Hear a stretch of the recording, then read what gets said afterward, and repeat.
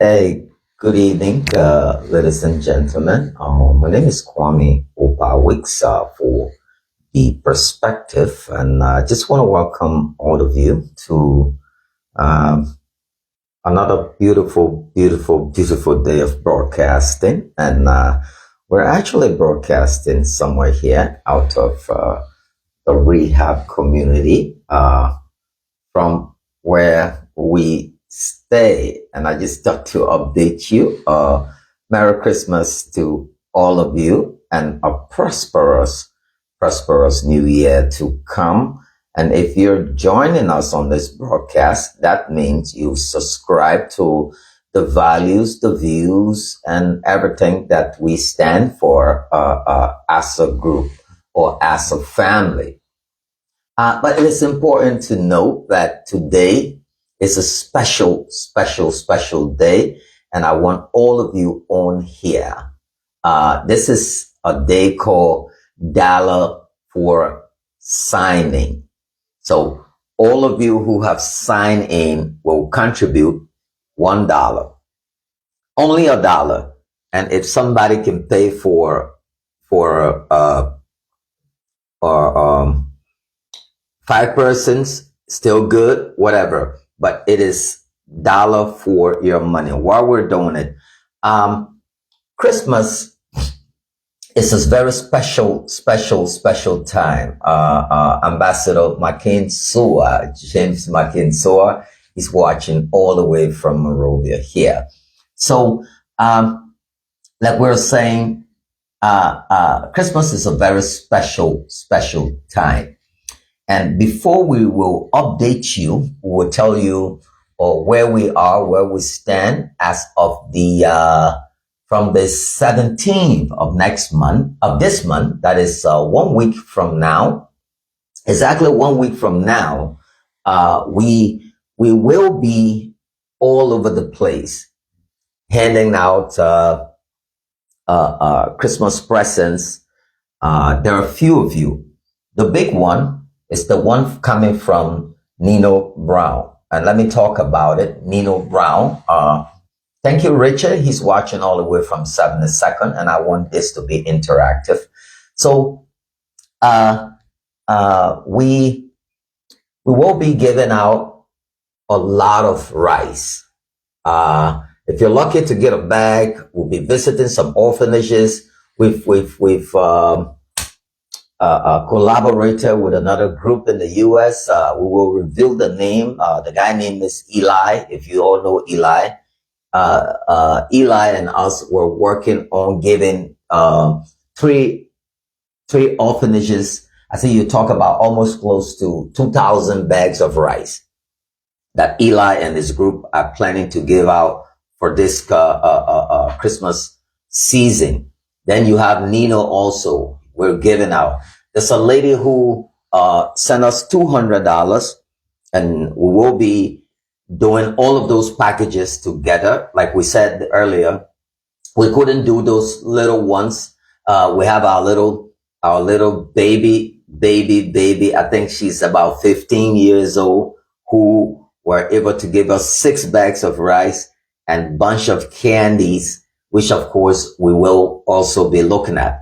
Now we have a trip to take to Banga. There's a rainbow orphanage there with our mother. Every Christmas, she expects us to drive down there as well and bless them. The kids there, they're over 150 plus.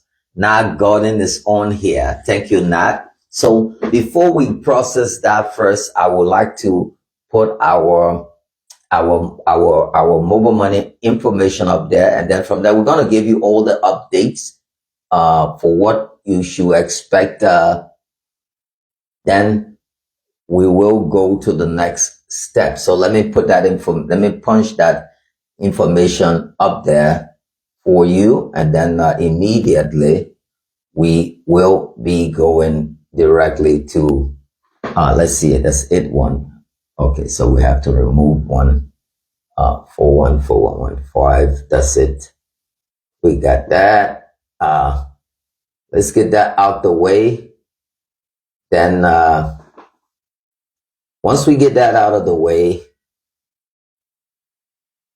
once we get that out of the way, stick with us, guys. Stick with us.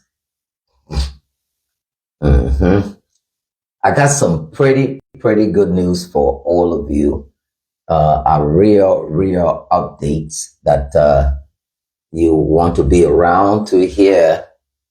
So, but first, let's give you some of these details before you can go.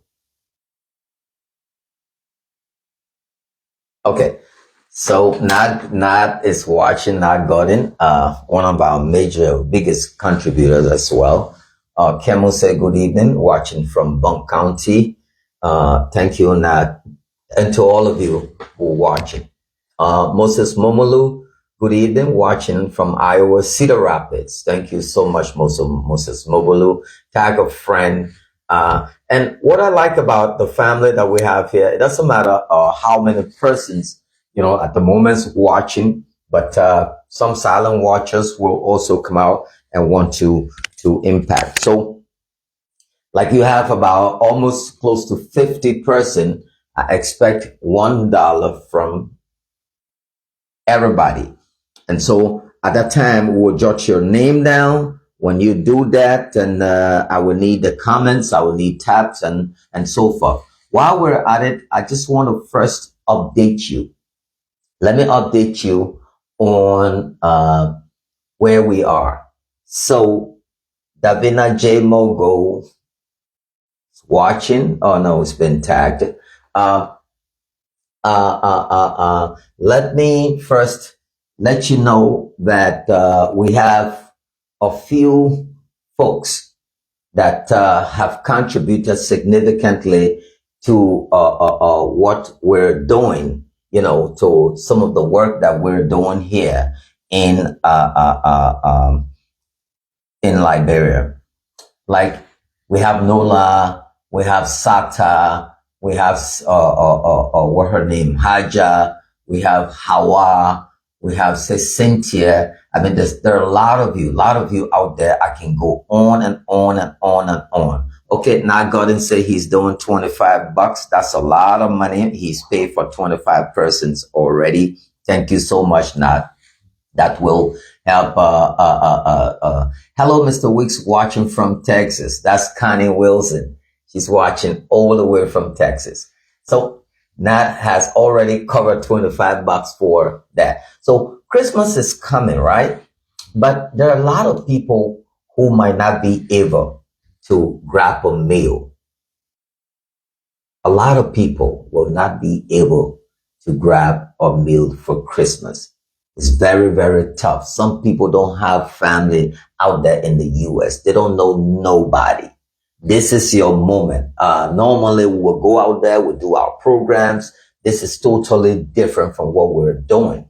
If you think you believe in what we're doing and you want to go through us to bless someone, okay, this is not us showing someone who is sick and then you're contributing. No, this is not us showing, somebody who is destitute and you're contributing. This is not us.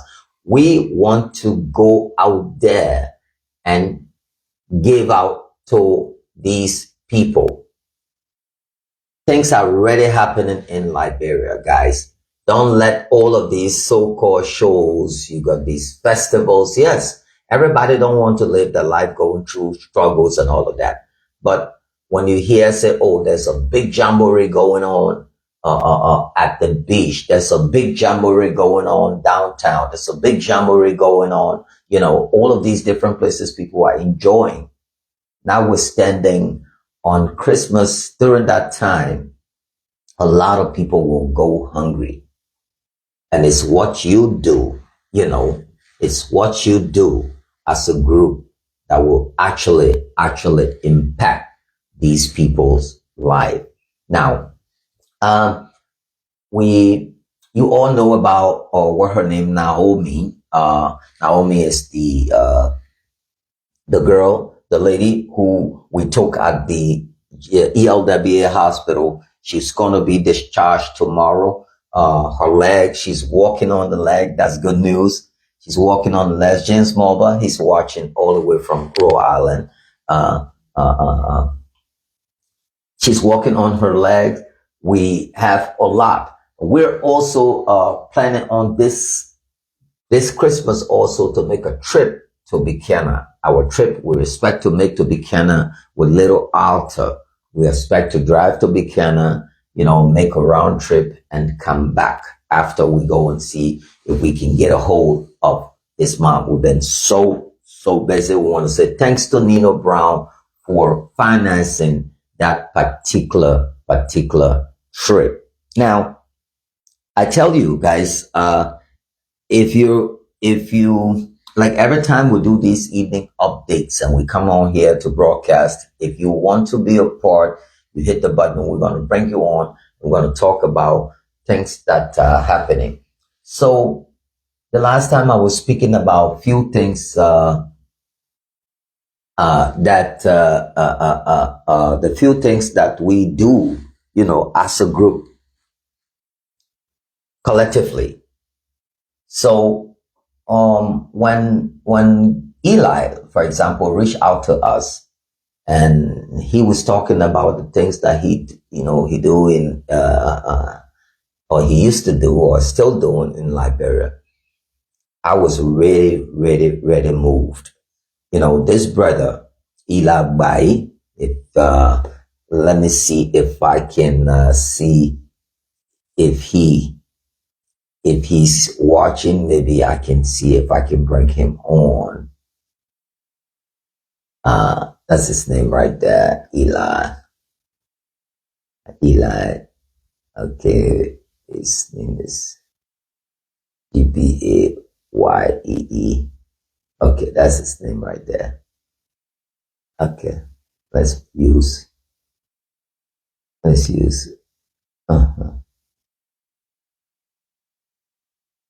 There you go. No. There you go. We're going to put his name up. I hope if he's watching then. So Rosaline said, what happened with the lady that had the breast surgery?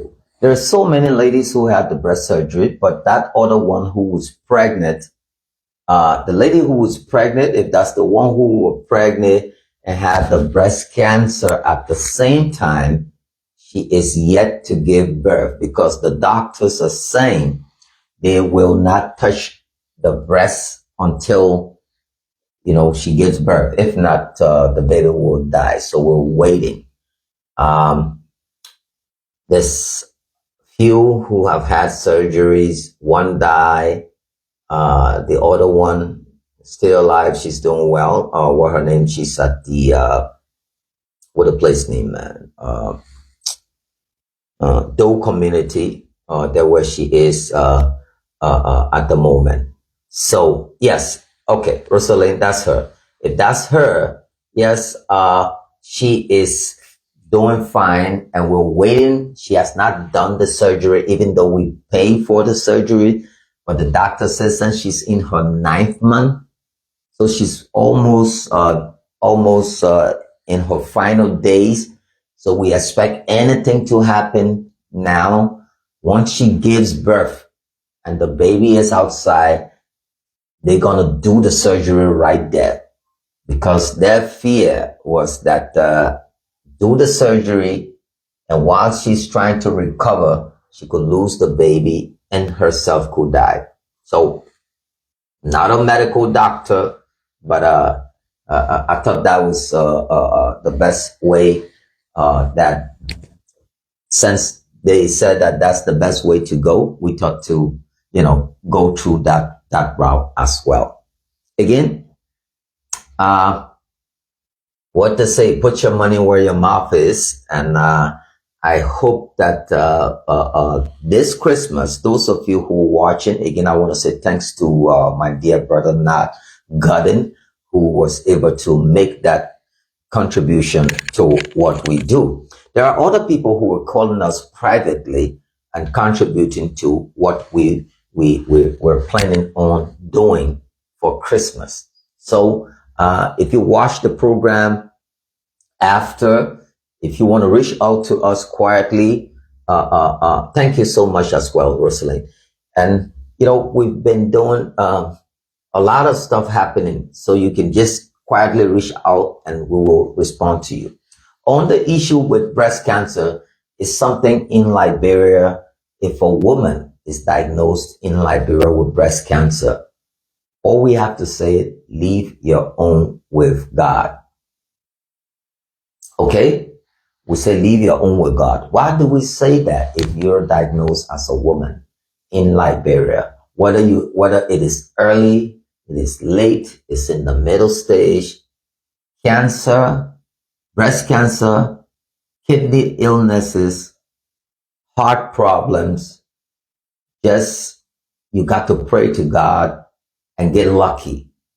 If not, sorry, I don't mean to paint a doom and gloom or a grim situation, but you will die eventually. Why? Because here, for example, there's no program that is set aside for women maybe above 40 or so to go do mammograms.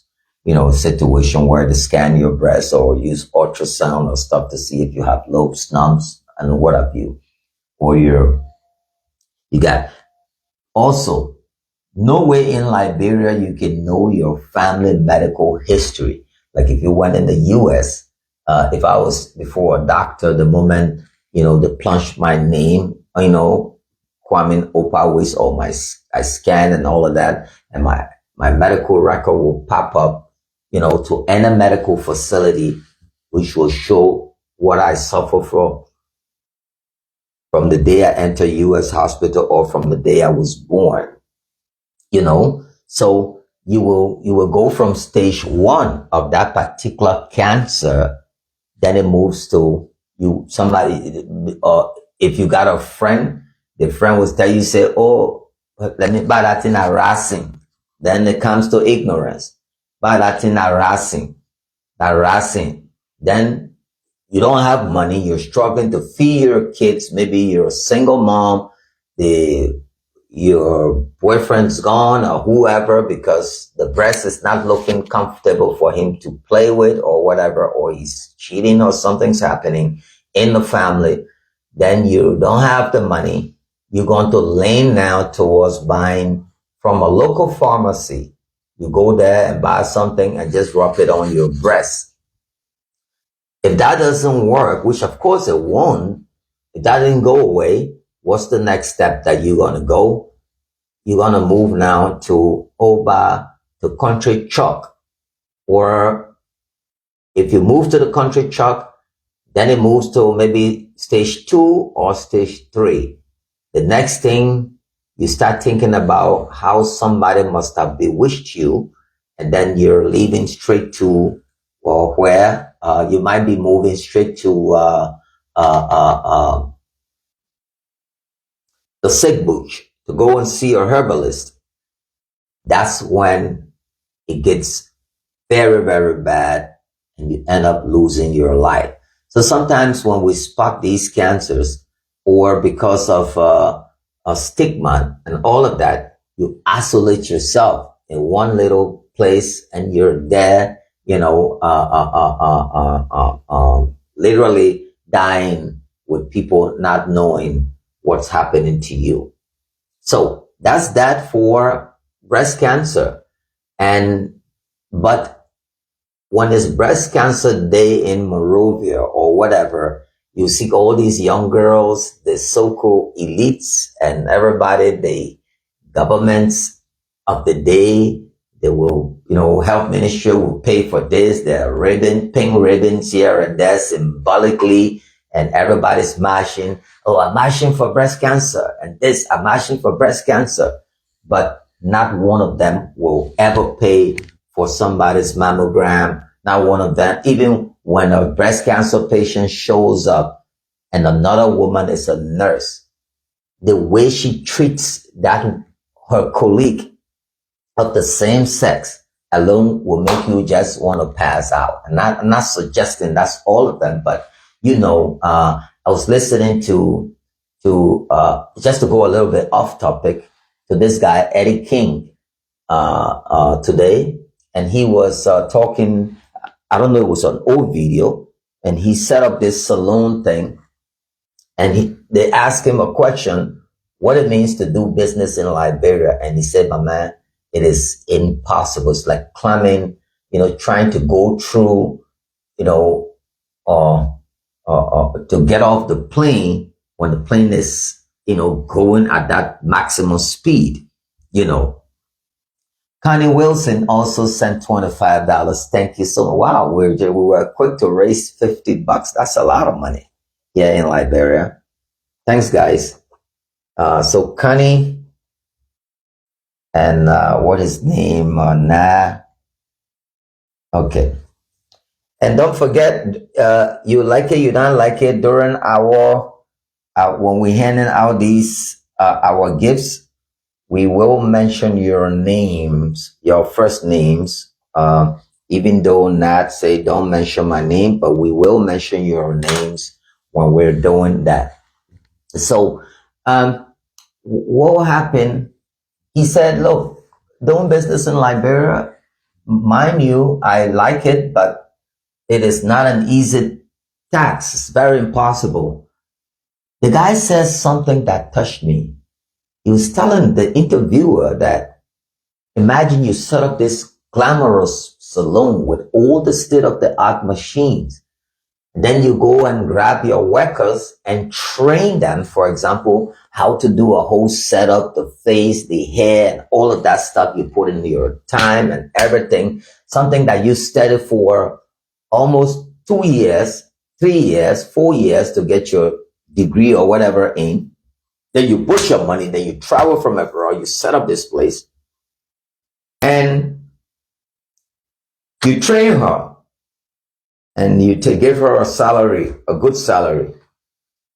That particular person who's doing that particular person, and somebody goes there and say the one they're doing their hair and they're so relaxed, a client comes and relax and doing their hair or their feet or something, that person who you train will go in the client's ear and say, look, man, they play expensive. Look at the hair, what you doing at almost $100 to do it. But I can work Saturday, I get Saturday, Sunday, all the time that my day up. So you can come to my house and I'll give you my number. You come there, I will do the same hair for you. And you can just pay me 20 or 30. So literally, they undermine, the work that they're doing.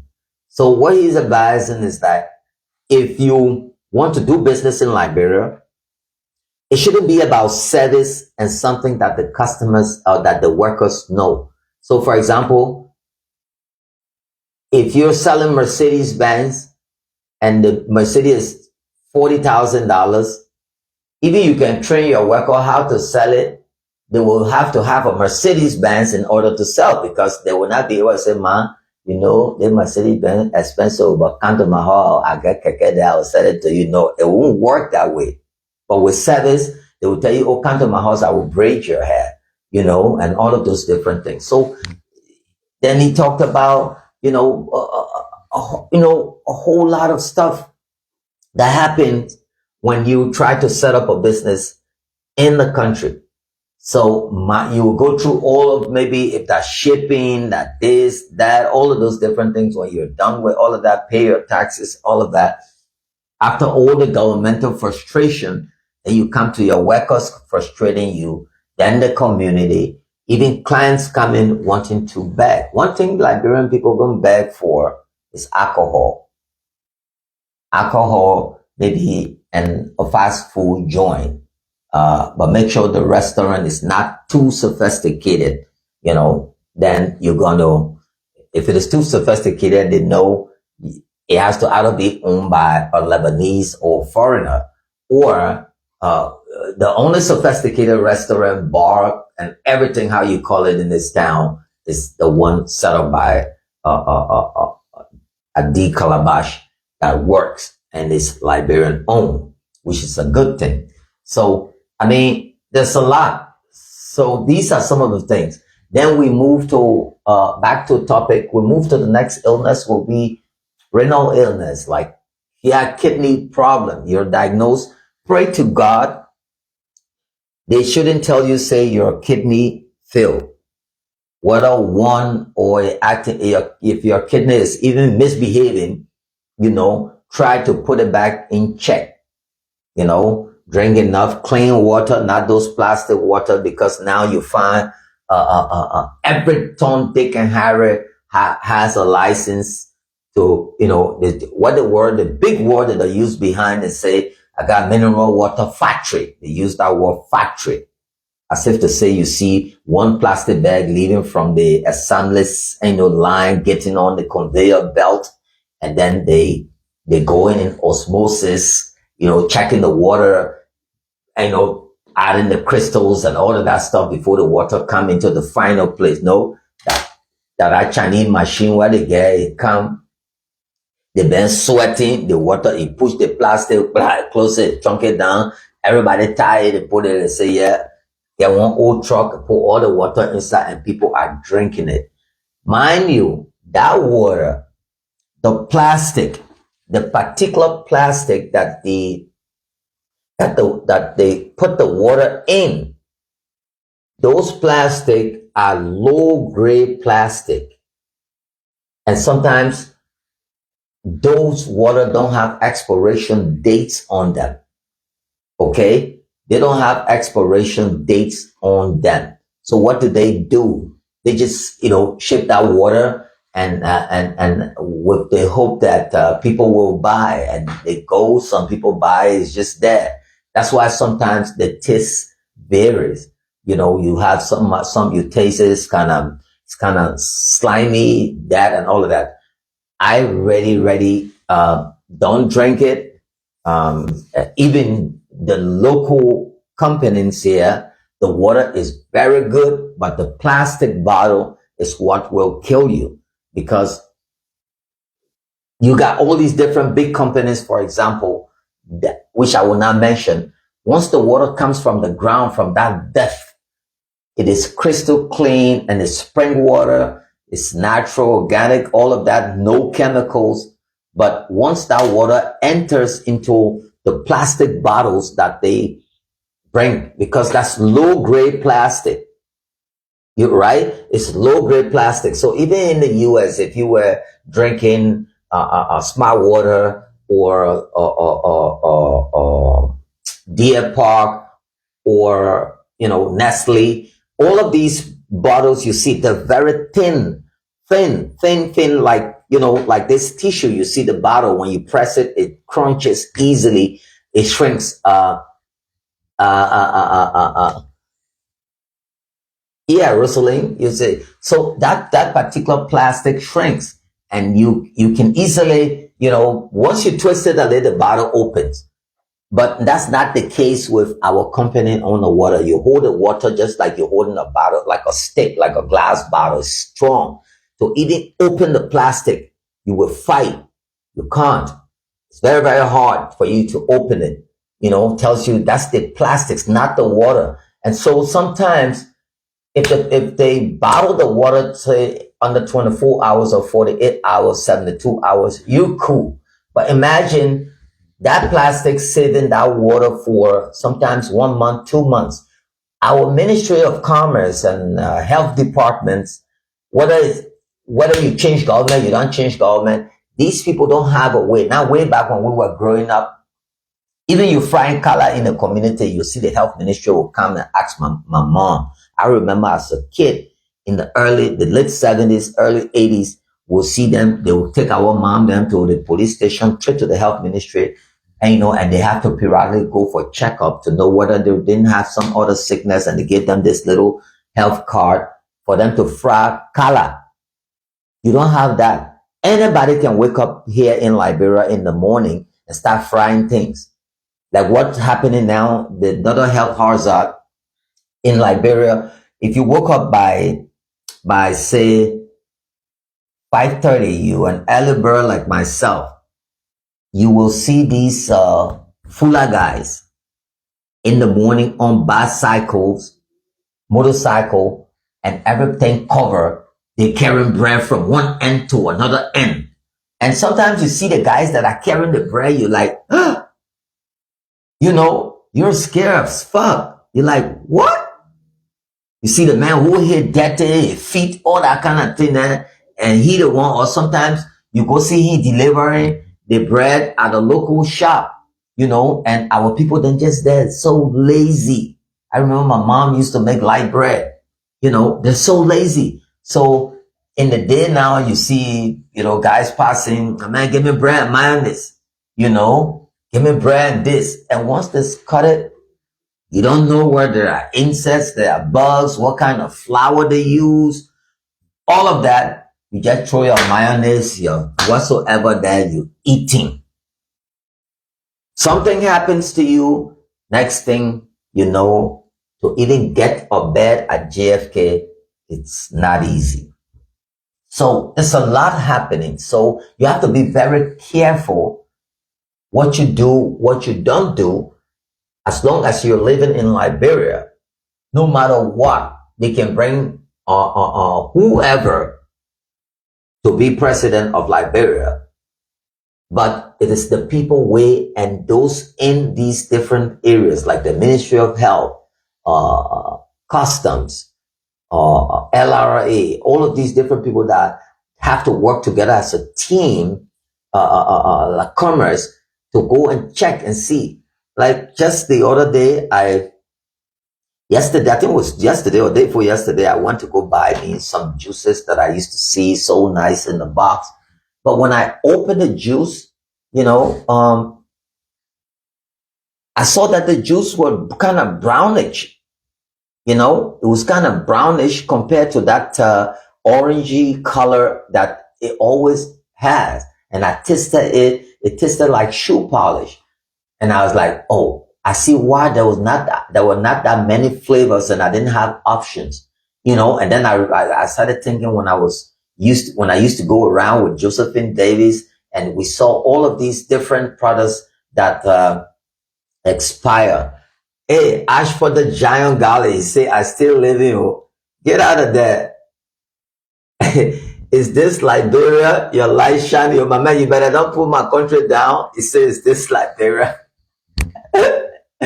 Yeah, this is Liberia, my man. We're here, Ashford. Wow, it's been a while, but I've been following your activities though. But good day, buddy. You got all my contacts and all of that, so stay in touch. That's the giant. This is the man who established Spoon. When you hear Spoon Network, Spoon Talk, this, that is Ashford's story is like it's like Mark Zuckerberg and the Winklevoss twins. The twins, they established Facebook, but they were so slow, and that's how come Mark Zuckerberg stole it from them. So Ashford Galley established Spoon.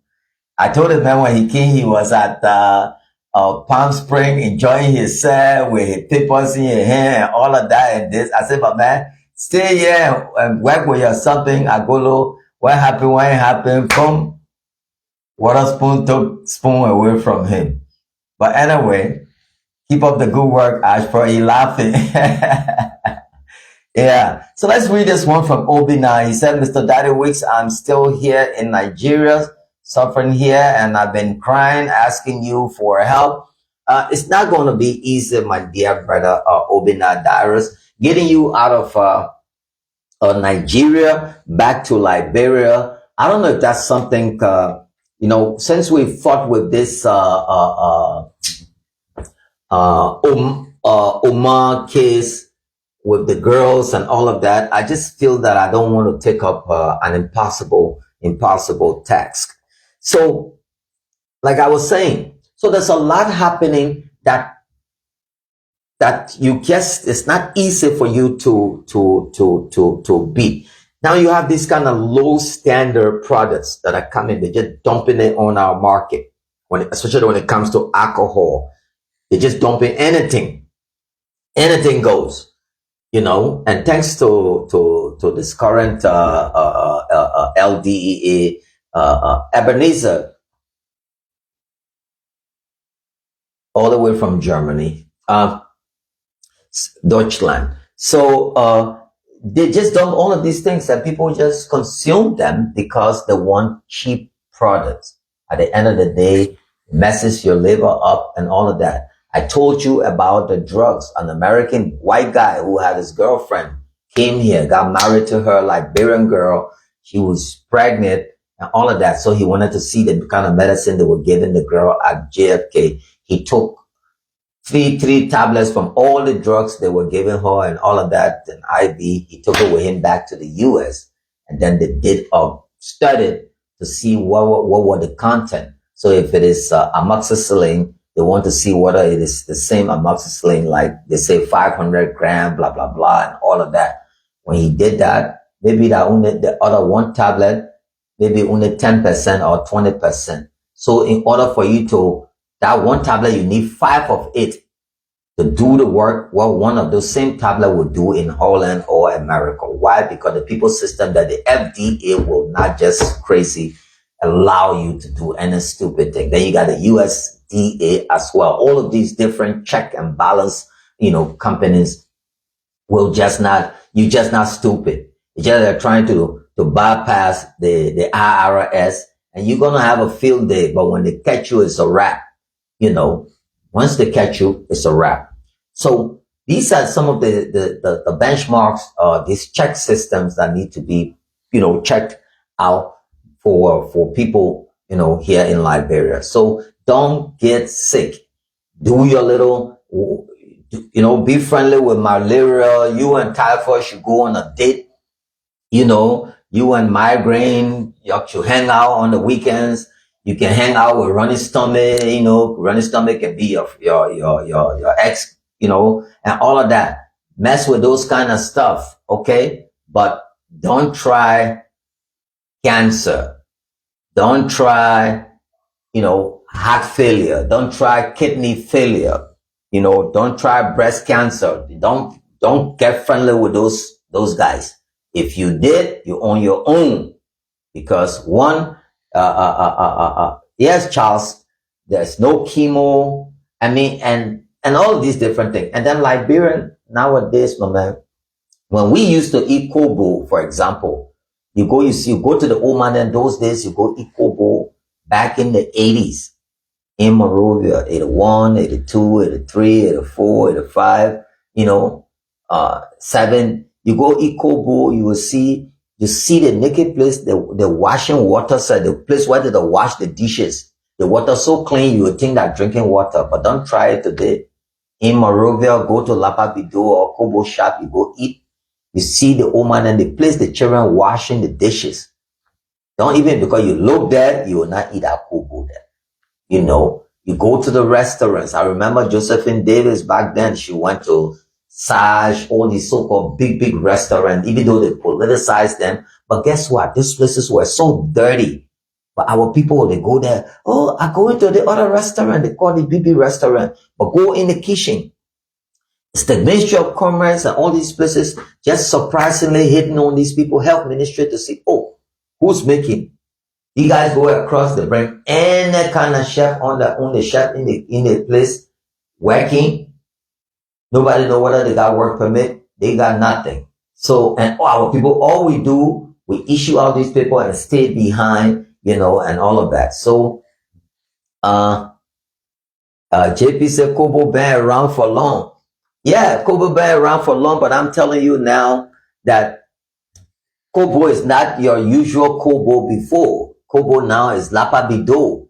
And, and Kobo now, everybody's selling. Like I did a documentary one time on this guy. He had all kinds of stuff all on his skin. He had his dermatological problems with his skin, and the flakes will drop out. You see the pores and all of that. Guess what? His wife was selling,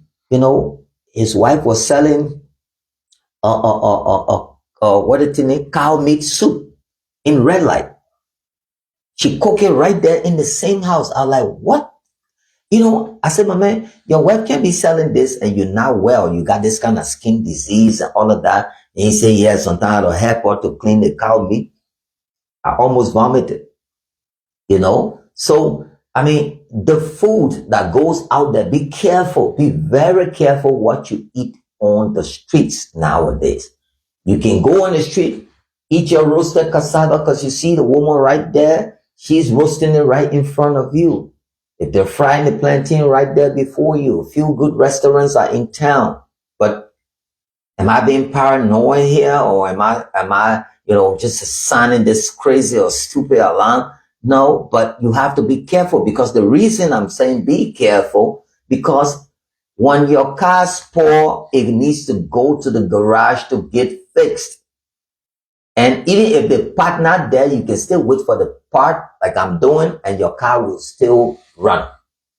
It's not like us human beings.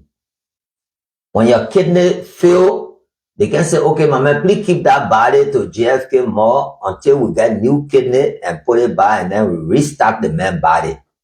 And it's not going to happen. That's why I'm sounding this alarm. When your heart fails because of some stupid alcohol or something they take you to the hospital and your heart stops, no circulation, no blood, the other organs and stuff. It's not like a car. They will say, stop, let's see that other new heart. When you go there, you say, my son had here. They said, no, it will be here next week. And then when you come here and say, oh yeah, my son John Brown got a new heart, they install it, and boom, you're going back to work on the street. No. You're going to die. And there's Shelton Toba. Food poisoning is all around the world. Like America, you got salmonella and all of these different. That's not what I'm talking about.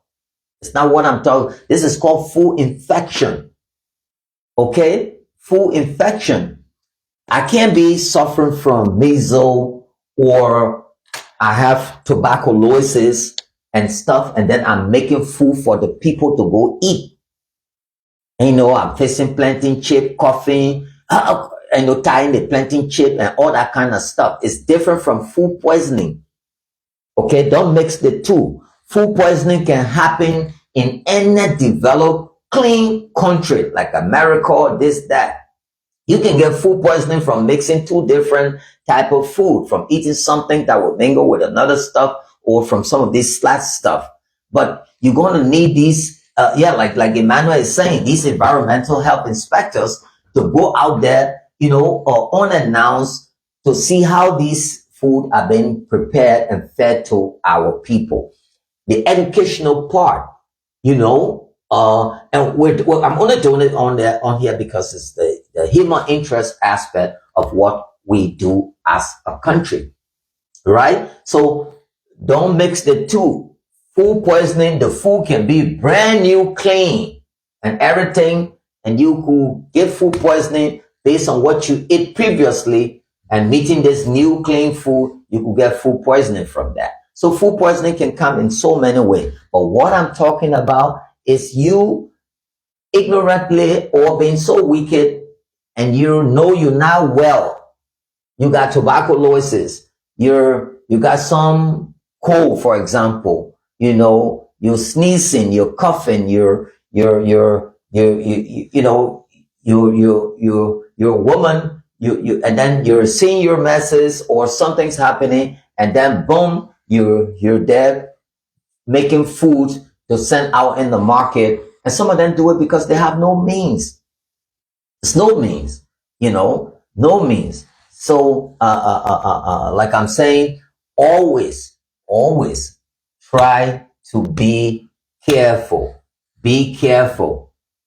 Know what you're doing when you're in Liberia.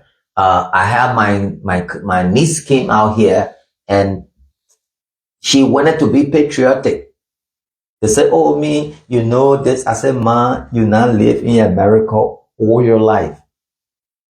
You were 7 years old when you left from here. Now you're like 28. 21 years there. Breathing good air, doing everything. You can't come overnight and you say, oh, I want to drink a plastic bag water because you want to, you want to blend in. She didn't listen to me. What happened? Right, Shelton. So she didn't listen to me. We're passing, I didn't even pay attention. She grabbed one of those plastic bag of water. Bap, bap, bap. She imbibed it, drank that water, and we came home. Minutes later, it was not easy. From one bathroom to the other, she almost passed out. We had to go get her some Imodiums and all of that. So be careful. If you're traveling to Liberia now and you just come from the US, let them say yes. You people, you bluffing, you acting a white man. Yes, act like white man until gradually you calm down. Don't just walk on the sidewalk. You come because you want people to know you just from America. You go and you know, hey, how much for the roasted fish? Mind you, what they put on, you could see the woman roasting the fish before you, but that sauce that they made out there, the fire might not be able to burn out all the bacteria, and your stomach might not be able to hold it. So get yourself somebody who will buy the fish. You'll do your own blending and you can roast it, right? The copa right behind you. The goal is for you to eat your roasted fish. You have nothing to prove to anybody, because if you come into Monrovia now during the season, and this is to my diasporans, I hope when they watch this, they'll be very careful. A lot of our brothers were taken back to the U.S. in boxes. They lost their lives out of ignorance. Okay? And people will say, oh no, I can't go to that library, go there to get wish you. No, it might not be wish. It might be you coming and want to, just because you don't want them to say, oh, you acting a white man, you just decide the same day you enter America, you want to blend in with the people. Be careful. Be careful. Be very, very careful. If they say you're paranoid, fine. Be paranoid. Okay? Be paranoid. Not bad. Certain places you go, if you think that area is not too conducive, pull out a mask from your waist bag and wear it. Okay? If you don't trust your immune system, wear one. Okay? You and nobody, at least you'll be living to be arguing, for them to be gossiping, then for you to be dead and be that. Because why am I saying this? If you come from the diaspora, you get, for example, you got, like in Michigan, the highest insurance there is Blue Cross Blue Shield. If you got a state-of-the-art, insurance card and policy or whatever, once you enter Monrovia, that thing is dead. This is a country where your credit card, if you want to draw, if you want to draw a certain amount of money, you got to put it inside back, just so they will be taking that 250 stealing from you. Okay? And our governments are okay with these commercial banks stealing from us, because not one Liberian own one. So all the commercial banks here are owned by foreigners, and we're okay with that.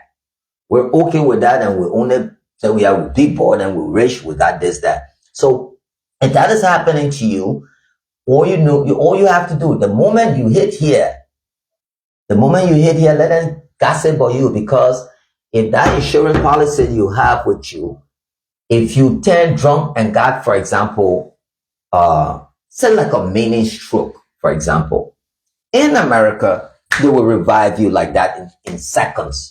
Till you get to that emergency. Even when you call 911 within less than a minute, the medics are there on the car, on the ambulance.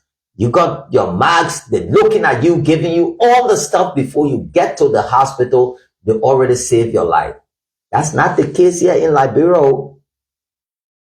That's not the case. This is a place where you will fall from way up there, your back gets sprained, and instead of you being prostrated like this on, or maybe a stretcher, they will set you down like this on the motorbike. By the time you get to the hospital, you're OA, dead on arrival.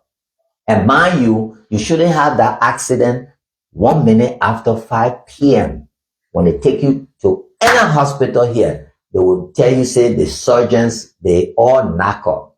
people in the surgical department, after 5, they order them knock out, they go home. Ask anybody, call here and ask, call ELWA, call GFK. So in essence, they're telling you between 5 p.m. to 8 a.m. in the morning, your knee break, you're on your own. Because the surgeons will not come there, they will turn you away. How they came up with that policy, only God one knows. So this is me admonishing you on how, if you got a friend or brother or relative, please share this podcast with them. Share this podcast with them, because the more you come and stand at the hospital looking good, red lip, English is clear, all of that, that's when the people don't even want to look at you. Oh, that one, they come from America, they think this, that, and all of that, yada, and they will not pay attention to you. They will not. So don't come to Monrovia, all our Western Union you send in here, mobile money you send in here, you say, oh, I bid in my house, I go and check out my house, you having party, and you just loosely having party, because human body is just like car. You can get a brand new Mercedes. As you're driving, you get go low, boom, it stop.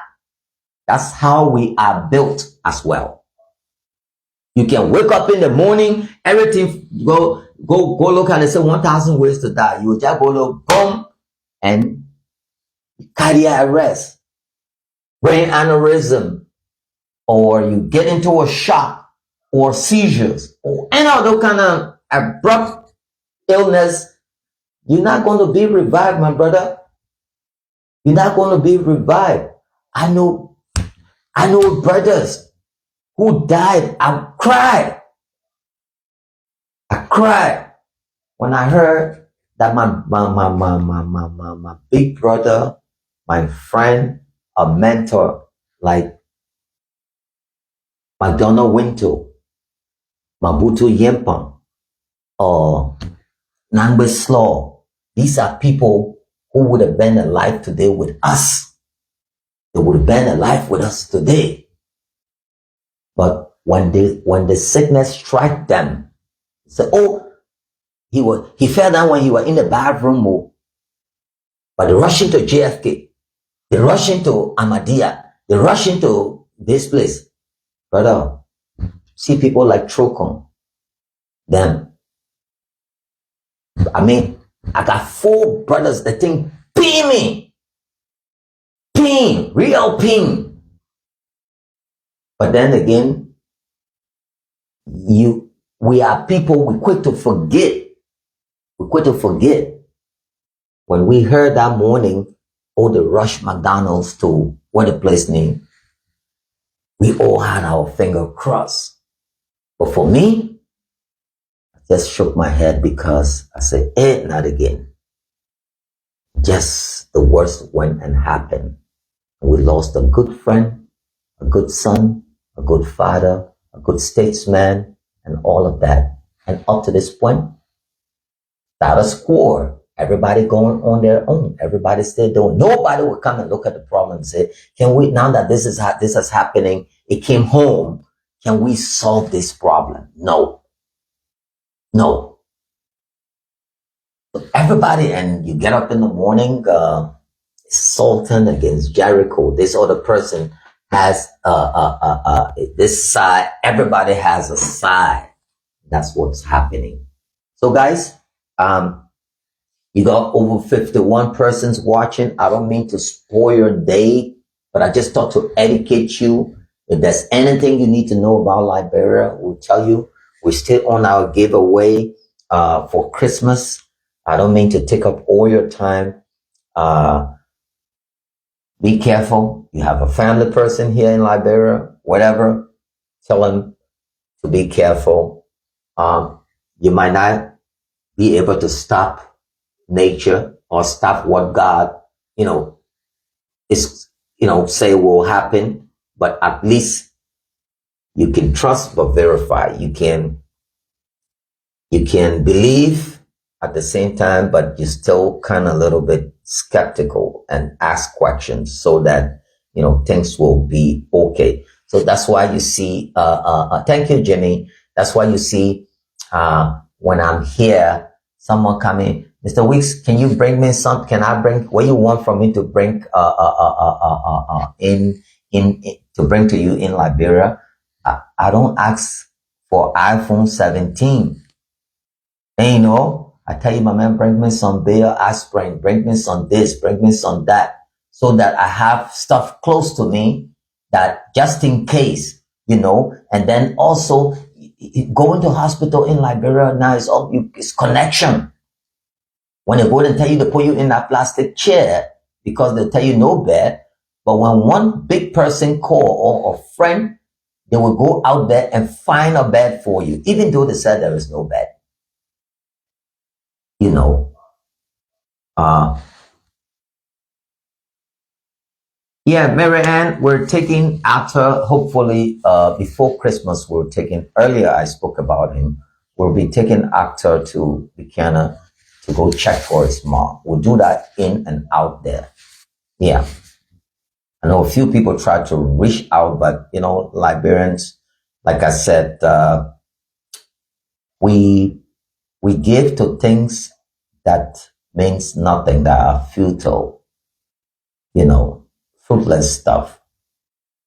If that kid was in Nigeria, but now, you know, somebody would just call and say, okay, I'm responsible for your school. I'm responsible for this. I'm responsible. But $200-300, what would it do for him? You know, disappointing. And even the program we run here, you know, you'll be on your own. Only a few people will call you quietly, the likes of Annie, Sata, and a lot of folks. Oh, man, I send you $50 for you to buy a leg gazo. I send you $5 for you to, you know, put credits in your phone, you know, and all of that. But notwithstanding, we can't give up. We got to come out here periodically.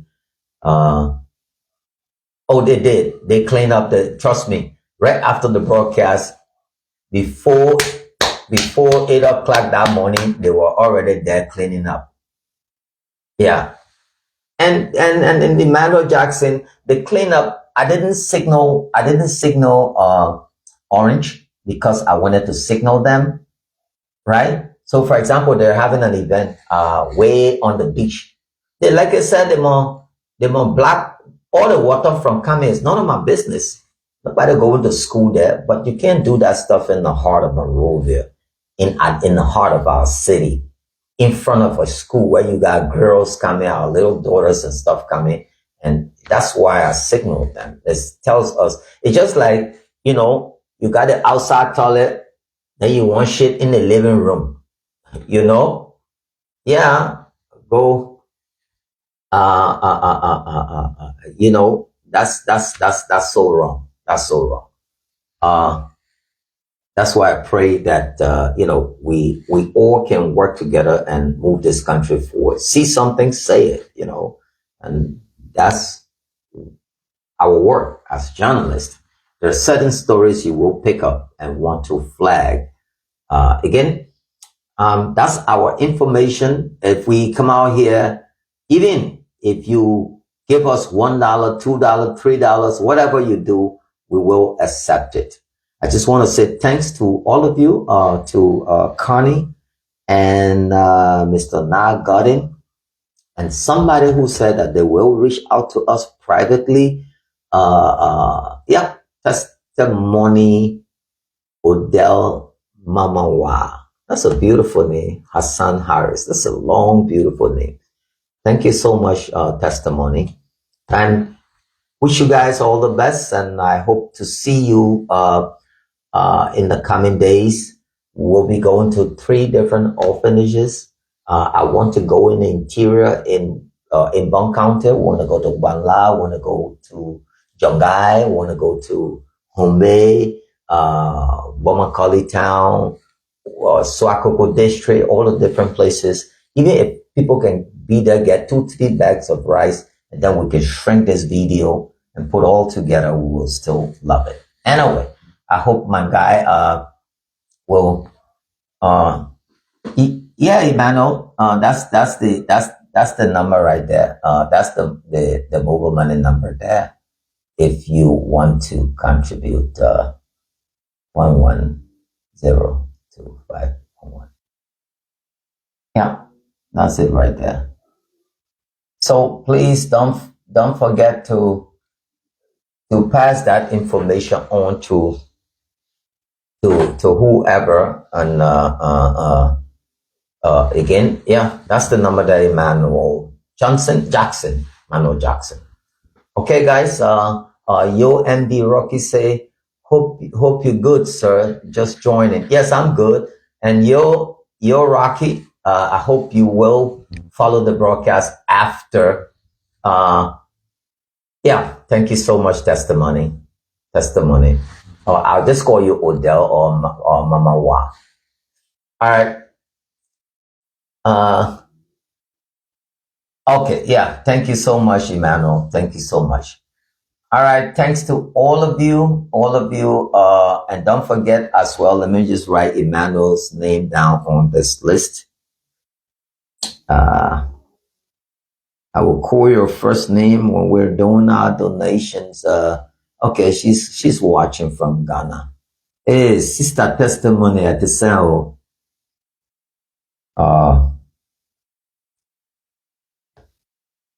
Okay, so follow right after. Take care, guys. I love all of you, and goodbye.